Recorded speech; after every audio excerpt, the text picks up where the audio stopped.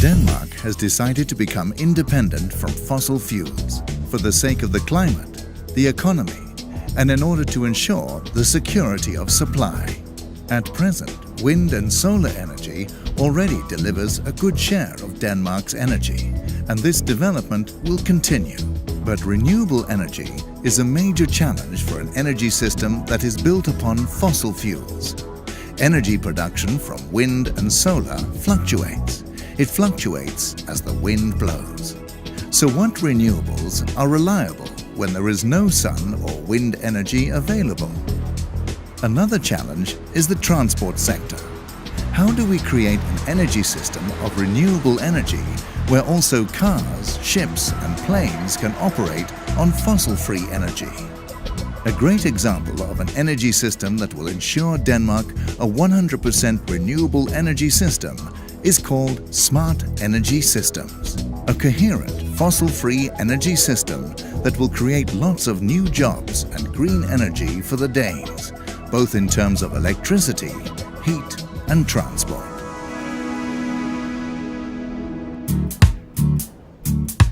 The northern region in Denmark is one of the places where they are most advanced in the development of smart energy systems. A description of the future intelligent energy system is also a journey around the northern region, to places where they are in the process of testing and implementing new technologies. It is at the Department of Planning at Aalborg University that the idea of smart energy systems is developed and described. The researchers continuously review all parts of the Danish energy system, and the results have been thoroughly analyzed and compared with new technology solutions and opportunities. The unique thing about smart energy system is that in order to identify the cheapest and the best solution, you'll have to include the whole system. If you only look at electricity, then you can only find part of the solution. But if you look at electricity together with heating or together with biomass, then you can find better and cheaper solutions to integrate wind and to implement a renewable energy system. The key word is integration. In smart energy systems, the energy system for electricity, heating and transport must cooperate. They have to be integrated in order to cope with the fluctuating energy. To become independent of fossil fuels, Denmark needs to streamline its production and consumption of energy at the large combined heat and power plants and in private households. Public transport needs to be expanded, and energy optimization in buildings can reduce Denmark's consumption of space heating by 50%. In 2050, the Danes must use 25% less energy than today. And this despite a growth in society towards significantly more people than there is today. If we do not think of end-use energy savings, and if we do not think about the sectoral integration, then we end up in a situation where we have two problems. One problem is we will not have enough biomass available for our entire consumption. And the other problem is we will not be able to integrate the fluctuating renewable energy sources because it is only by having a sectorial integration that we are able to match the demand with the production from wind, PV and wave power in the future. And by doing this, we find the economic consequences of making this transformation are for sure within reach, and the total cost can be at the same level as we have of the energy system today, or maybe even lower.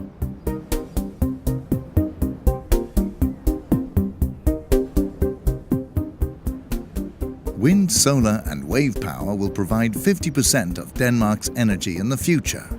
The remaining 50% of our energy production will mainly come from non-food-based biomass, wood and straw, all provided by Danish agriculture and forestry. In the smart energy system, the use of biomass is carefully assessed so that it does not become unsustainable. It is important that Denmark does not overconsume biomass, since this will start to affect other sectors such as food production. Therefore, the biomass needs to be used efficiently and correctly.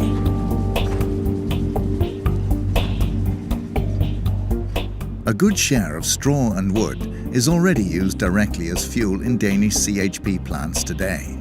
With new technology, biomass, straw and wood can be utilized to create even more energy. This will be done through the production of green gas, respectively through classic biogas production and thermal gasification. In thermal gasification, the organic material is heated. The high temperature means that gas is evolved. The process has a very high efficiency. Thermal gasification occurs, among other places, at the gasification plant Harbour Heating Plant in the northern region. The plant is one of the most successful gasification plants and has been in operation since 1993. The plant is heated exclusively with untreated wood chips from forests in the local area. Another part of the green gas will come from classic biogas production. The production of biogas will be based on manure and other agricultural byproducts, as well as waste from households and industry. The ambition is that agriculture must provide 1/3 of Denmark's future energy production. The biogas will typically be produced in facilities such as here, at the biogas plant in Gårdstrup near Hjørring in the northern region of Denmark. 88% of the biomass the plant uses comes from aerial farms that transport approximately 300,000 tons of manure to the plant. The rest comes from energy crops. Gas production from the biogas plant at Hjørring corresponds to approximately 5,000 households' annual consumption of natural gas. Other places in Denmark, the manure will be transported in pipes to a common biogas plant. The biogas is produced by anaerobic gasification, a process that requires the biomass to be heated to 38 to 52 degrees. When the gas is extracted, the digested manure is transported back to the farm. The digested manure that comes back to the farm smells significantly less, and the fertilizer from the digested manure is absorbed much better by crops in the fields. Landbruget spiller en meget vigtig rolle i udbygningen af det smarte energisystem, og vi mærker, at investorer både nationalt og internationalt er interesseret i bioenergi. Og når vi kan fremvise gode budgetter og sikkerhed for investorerne, så mener vi bestemt, der er mulighed for at udbygge området.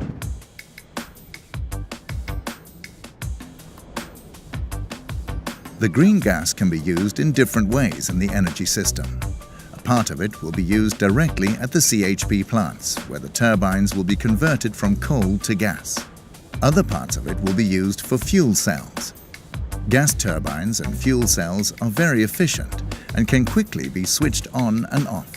This creates flexible power plants that effectively can adapt production to the fluctuating energy from sun and wind. The CHP plants will hereby continue to be an important part of the Danish energy system. The electricity produced at CHP plants is sent to the national power grid. In total, the green gas, wind and solar could produce all the electricity Danes need. The large amount of heat, which is a residue from the CHP electricity production, will be allocated to the 405 local district heating suppliers, who are spread out across the country. The district heating system in Denmark supplies around 1.6 million houses with heating. The district heating system connects the electricity sector to the heating sector.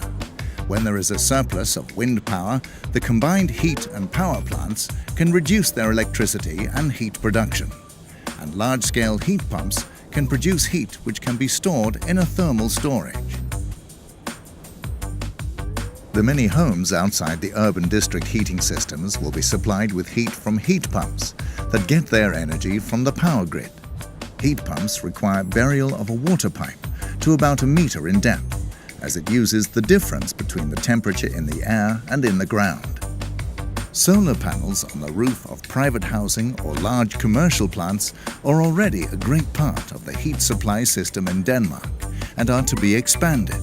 In addition, heat will also be produced from geothermal plants, where heat is extracted from the high temperatures underground.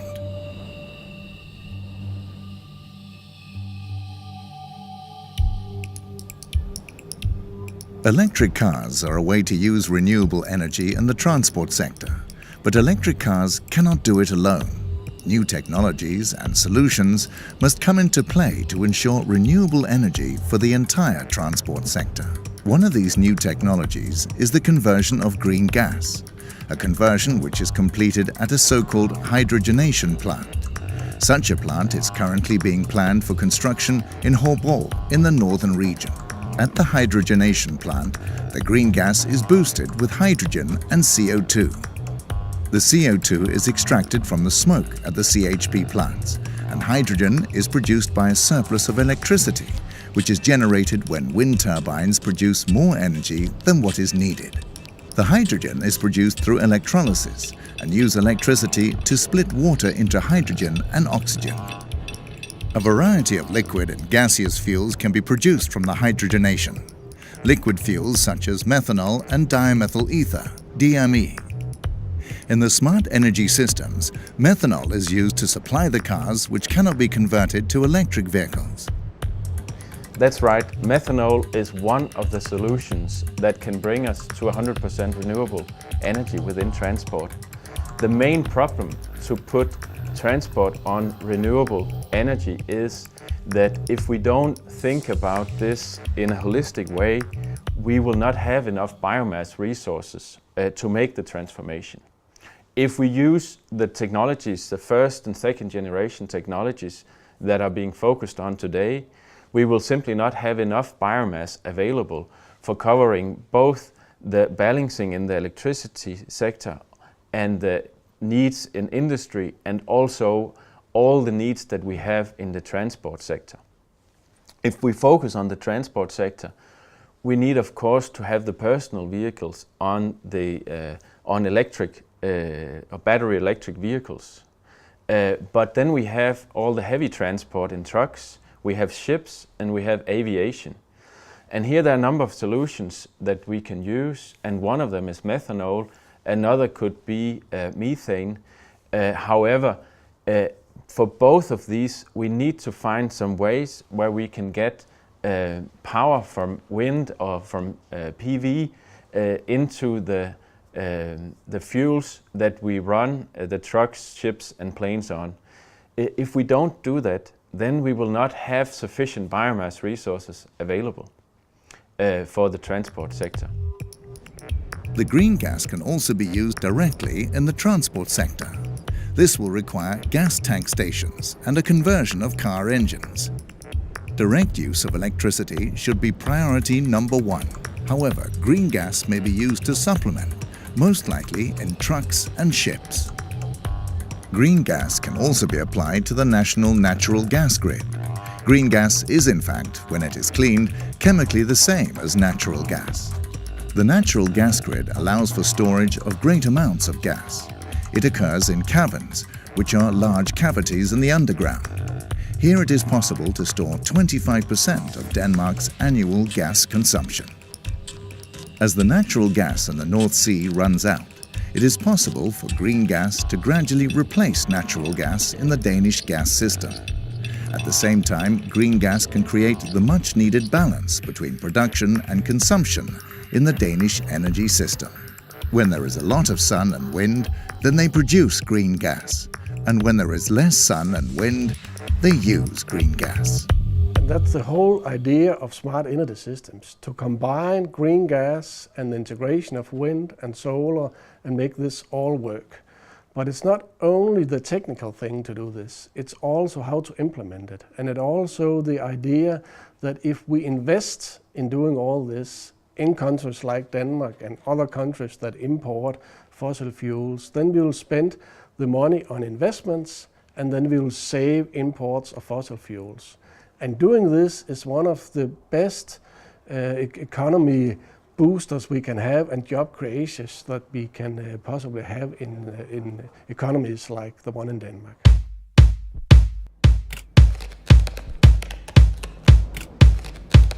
With the initiation of smart energy systems, Denmark will have an integrated and sustainable energy system where energy is produced, stored and consumed efficiently.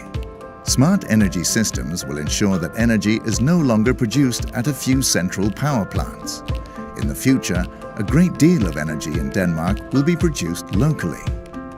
One example is Mariager Fjord municipality in the northern region. The municipality buys energy, primarily fossil fuels, for more than 1 billion kroner per year, money that leaves the municipality. In the future, local companies will become capable of offering the municipality to produce a large part of this energy as renewable energy. This will mean a significant boost in terms of new and lasting jobs, as well as a contribution to a significantly improved economy in the municipality and for Denmark as a whole. For Mariefjord Kommune vil en omlægning af energiproduktionen, sådan at vi køber i dag for 1 milliard eksterne fossile brændstoffer til internt produceret biomasse med mere, betyde, at vi vil få dels en stribe en produktion ud af det, et antal arbejdspladser og et kompetenceløft.